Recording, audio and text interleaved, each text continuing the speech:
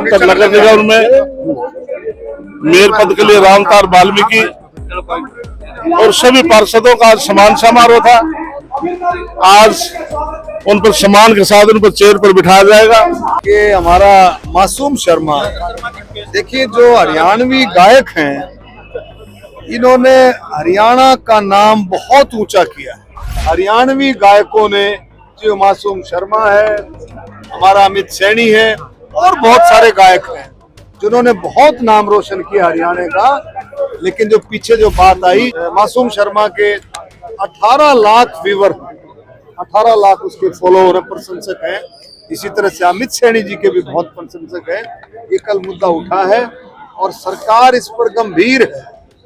हरियाणा सरकार माननीय मुख्यमंत्री जी नायब सैनी जी के नेतृत्व में किसी भी कलाकार का, किसी भी गायक का मान सम्मान कहीं कम नहीं होने देगी। कोई इस प्रकार का कोई गाना ना चलाए जिससे कि आम जनता के ऊपर कोई बात आए, तो इसलिए कल उसके अंदर खुलकर चर्चा हुई।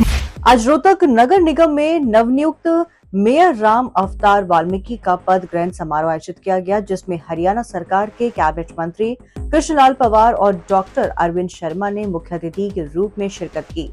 दोनों मंत्रियों ने समारोह में राम अवतार वाल्मीकि को पद ग्रहण करवाया और विपक्षी दलों पर कटाक्ष करते हुए कहा कि हरियाणा में ट्रिपल इंजन सरकार के गठन से राज्य में विकास की गति तेज होगी। कृष्णलाल पंवार ने शहरों में बुनियादी सुविधाओं को मजबूत करने की बात की और हरियाणा सरकार की ई-लाइब्रेरी योजना का उल्लेख किया, जिससे बच्चों को बेहतर शिक्षा मिल सके। वहीं अवैध खनन पर कड़ी कार्रवाई का आश्वासन भी दिया।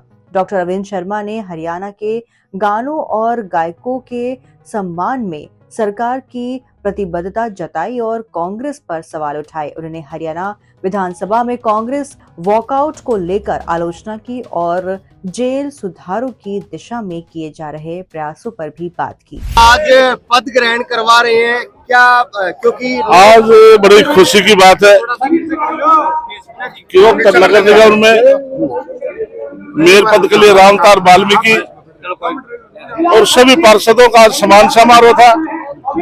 आज उन पर सम्मान के साथ उन पर चेयर पर बिठाया जाएगा।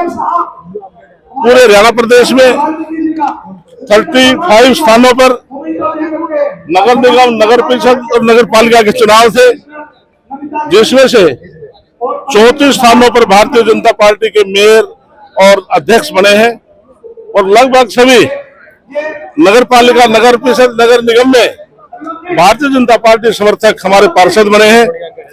तो भारतीय जनता पार्टी की नायब सैनी के नेतृत्व की सरकार, हम शहरी मंत्रालय की तरफ से हम जो हमारे शहर हैं उनको, चाहे सीवरेज का है, पीने के पानी का है या स्वच्छता का है, उन सब के लिए अलग से हमने बजट बढ़ाकर रखा है, जिससे कि शहर का सौंदर्यीकरण हो, शहरों में किसी प्रकार की रहने वाले व्यक्ति किसी प्रकार की दिक्कत ना आए। इसके लिए नायब सैनी सरकार ने हमने जो बजट पेश किया है पूरे प्रदेश के लिए सब लाभदायक होगा। और हमने तय किया कि जो नगर निगम, नगर परिषद, नगर पालिकाएं हैं, उसमें जो गरीब आदमी है, हमने 30 गज का प्लाट दे करके 2.5 लाख रुपए हम सरकार की तरफ से खर्च करके उसे बनाएंगे।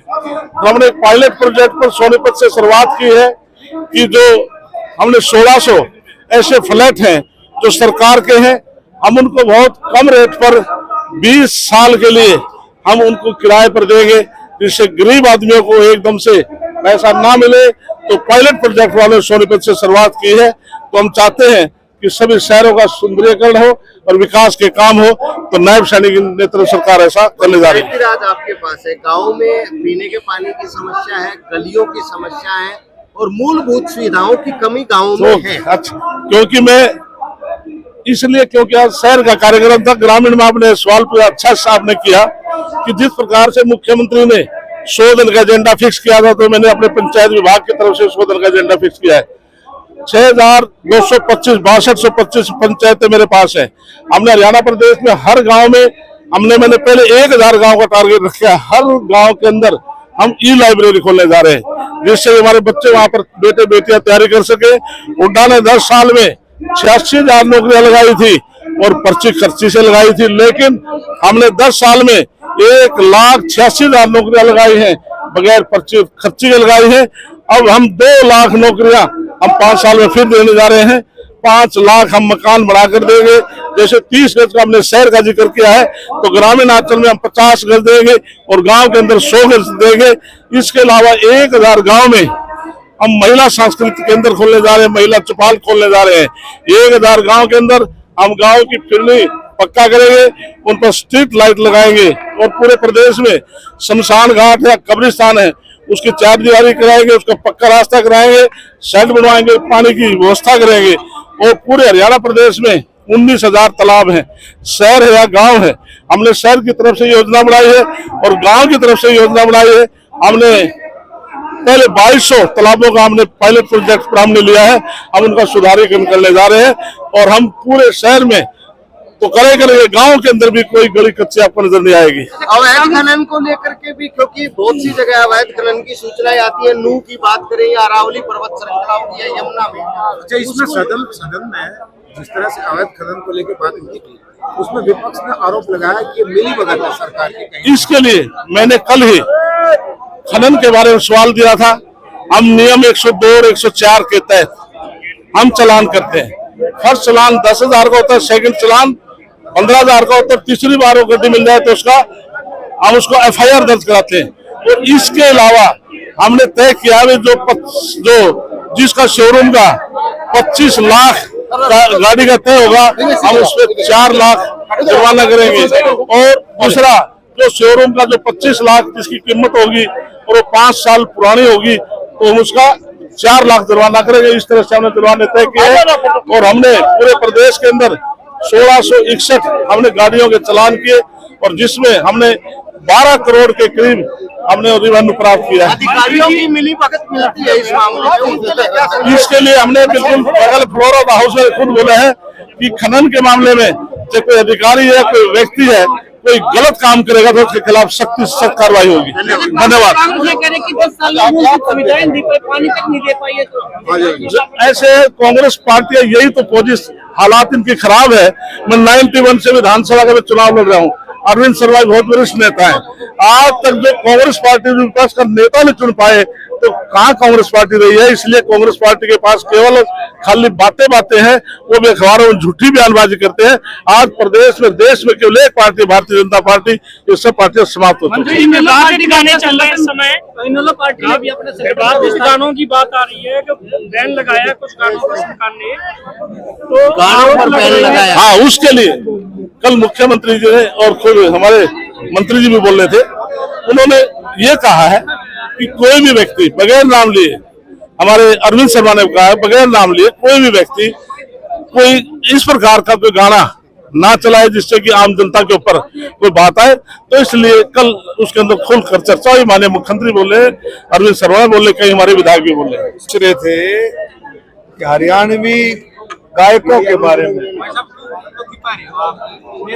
सबसे बड़ी बात यह है, कल ये विधानसभा में मुद्दा उठा, इस पर मैंने भी इंटरवीन किया कि हमारा मासूम शर्मा, देखिए जो हरियाणवी गायक हैं, इन्होंने हरियाणा का नाम बहुत ऊंचा किया। आप देखें पुराने, अगर आप उठा करके देखें पुराने कौन से गानों पर हम नाचते थे, कौन से गाने हम गाते थे, लेकिन हरियाणवी कल्चर को, हरियाणा की हर बात को गा करके जो किसानों के बारे में है, नौजवानों के बारे में है, जो हमारी बेटियों के बारे में है, जो खिलाड़ियों के बारे में है, स्वतंत्रता सेनानियों की हर बात को गा करके हरियाणवी गायकों ने, जो मासूम शर्मा है, हमारा अमित सैनी है और बहुत सारे गायक हैं जिन्होंने बहुत नाम रोशन किया हरियाणा का। लेकिन जो पीछे जो बात आई, अब मोनू शर्मा, इसके मासूम शर्मा के 18 लाख व्यूवर, 18 लाख उसके फॉलोअर प्रशंसक हैं। इसी तरह से अमित सैनी जी के भी बहुत प्रशंसक हैं। ये कल मुद्दा उठा है और सरकार इस पर गंभीर है। हरियाणा सरकार, माननीय मुख्यमंत्री जी नायब सैनी जी के नेतृत्व में किसी भी कलाकार का, किसी भी गायक का मान सम्मान कहीं कम नहीं होने देगी। वही कम नहीं होने देंगे। डॉक्टर साहब, सांग विलुप्त होते जा रहे हैं, क्या उसको लेकर के भी हरियाणा सरकार की तरफ से कोई पहल होनी चाहिए? डॉक्टर साहब तो इससे मैं कह रहा हूँ जो हरियाणा के जो इंस्ट्रूमेंट्स हैं, सारंगी है और भी जो बहुत सारे इंस्ट्रूमेंट है, उस पर भी मैंने सूरजकुंड मेले में भी चर्चा की थी कि उस संस्कृति को भी अभी चल रही है, वो ऐसा नहीं है कि लुप्त हो गई, लेकिन उसको हम और ज्यादा आगे बढ़ाएंगे। इसको जो भी एकतारे की है, सारंगी की है, और भी जो एक वो क्या हुआ है थाप, और वो क्या होती है वो उसकी सारंगी नहीं, वो बजाते हैं ना, उसकी वो मिट्टी की होती है, गढ़वा एक और भी छोटी सी होती है ना, ऐसे बजा। चलो वो सारी उसको हम बहुत अच्छे से उस कल्चर को, संस्कृति को लुप्त नहीं होने देंगे और उसको आगे बढ़ाते रहेंगे। अच्छा मंत्री जी, जिस तरह से आपने जो बंदी अधिनियम है उसको निरस्त करने का प्रस्ताव किया, रखा और संसद ने वो पारित किया है, विधानसभा ने, उसमें क्या था कि भारत और पाकिस्तान, हरियाणा और पाकिस्तान के साथ जब देश आजाद हुआ 1948 में, 1948 की ये संधि थी, और जब पंजाब एक था तो पाकिस्तान अलग होने के बाद ये हमारा हो गया पूर्वी पंजाब, जिसको हम कहने लगे। बाद में 2021 में इसको हमने हरियाणा नाम दिया, मतलब कानून के हिसाब से, तो उसी हिसाब से चलता था, और वो हो गया वेस्ट पंजाब। तो पंजाब के साथ मतलब पूर्वी पंजाब और वेस्ट पंजाब की संधि थी कि हरियाणा और पाकिस्तान के जो कैदी होंगे आपस में, उनको एक्सचेंज करने की संधि थी। तो 1948 तक जितने कैदी थे वो तो एक्सचेंज हो गए थे। उसके बाद ये कानून चलता रहा, और अब इस कानून को निरस्त किया है हरियाणा सरकार ने, विधानसभा ने इसको निरस्त किया है, क्योंकि अब जो संधि है वो नेशनल लेवल पर जो संधि होगी है, क्योंकि अब कोई ऐसा कैदी नहीं है जो उसकी उस जेल में जो है वेस्ट जो है पंजाब में या हमारे हरियाणा में कोई जेल में हो, ऐसा कोई कैदी अब। डॉक्टर साहब, हरियाणा विधानसभा में बार बार देखने को मिला कांग्रेस वॉकआउट कर जाती थी छोटी छोटी बातों को लेकर। वो सुनने के मूड में नहीं है। अभी जो क्वेश्चंस आवर्स में जब मंत्री जवाब देते हैं तो वो वही चीज सुनने के मूड में होते हैं जो उनके हिसाब से आए, लेकिन सरकार तो पॉलिसी के हिसाब से, सरकार तो अपनी योजनाओं के हिसाब से, सरकार तो जो सरकार कर रही है उसी हिसाब से जवाब देगी, लेकिन वो वही चीज सुनना चाहते हैं जो उनके मन में है। अच्छा, एक मुख्यमंत्री ने एक बात उठाई थी बंदर और गिलहरी वाली, वो गिलहरी कौन और बंदर कौन? मुख्यमंत्री जी तो बात अपने चलता रहा, वो तो मजाक का जो है अच्छा माहौल में सारी बातें चली हैं। आपने देखा भी जब समापन हुआ तो सभी ने बहुत अच्छे तरीके से कहा कि अब की बार का विधानसभा का सत्र जो सेशन रहा है बहुत ऐतिहासिक रहा है। सभी ने अपनी बात रखी, और विपक्ष ने भी, आप देखेंगे जब माननीय मुख्यमंत्री जी ने जब बजट भाषण दिया 2 घंटे 55 मिनट विपक्ष बैठा था, उसमें विपक्ष ने पूरी बातें सुनी। ये तो गवर्नर साहब के राज्यपाल जी के अभिभाषण में उन्होंने वॉकआउट किया, और अब जब बजट पर जब चर्चा होकर के माननीय मुख्यमंत्री जी ने जब रिप्लाई दिया है तो 3 घंटा 6 मिनट भी सभी ने सुना उसको। मैं कह रहा हूँ बहुत अच्छे से इस सेशन का समापन, बजट सेशन का समापन बहुत अच्छे से। एक सवाल और है जेल से संबंधित, जेल में जिस तरह से मोबाइल वगैरह मिलने की घटनाएं होती है, तो क्या उसके लिए कोई स्पेसिफिक आप लोगों की तरफ से दिशा निर्देश? देखिए, कोई अगर घटना ऐसी है तो मुझे बताएंगे तो तुरंत कार्रवाई होगी, तुरंत। अगर आप मुझे लिख करके देंगे, बताएंगे, पूरी सख्ती है। जेल में रोजाना हम कोशिश कर रहे हैं कि और ज्यादा वेल इक्विप्ड जेलें हों, उसमें बॉडी स्कैनर लगे हैं, आपके मेटल डिटेक्टर्स लगे हैं, और जैमर्स लग रहे हैं, कुछ जेलों में अप्रूव हो गए, कुछ में लग रहे। तो बहुत ज्यादा एडवांस जो टेक्नोलॉजी के हिसाब से जेलें चल रही हैं। लेकिन फिर भी कहीं आपको ऐसा लगता है, आप पत्रकार हो, इलेक्ट्रॉनिक्स प्रिंट मीडिया से हो, आपको कहीं ऐसा लगता है तो मुझे बताओगे, तो सख्त कार्रवाई।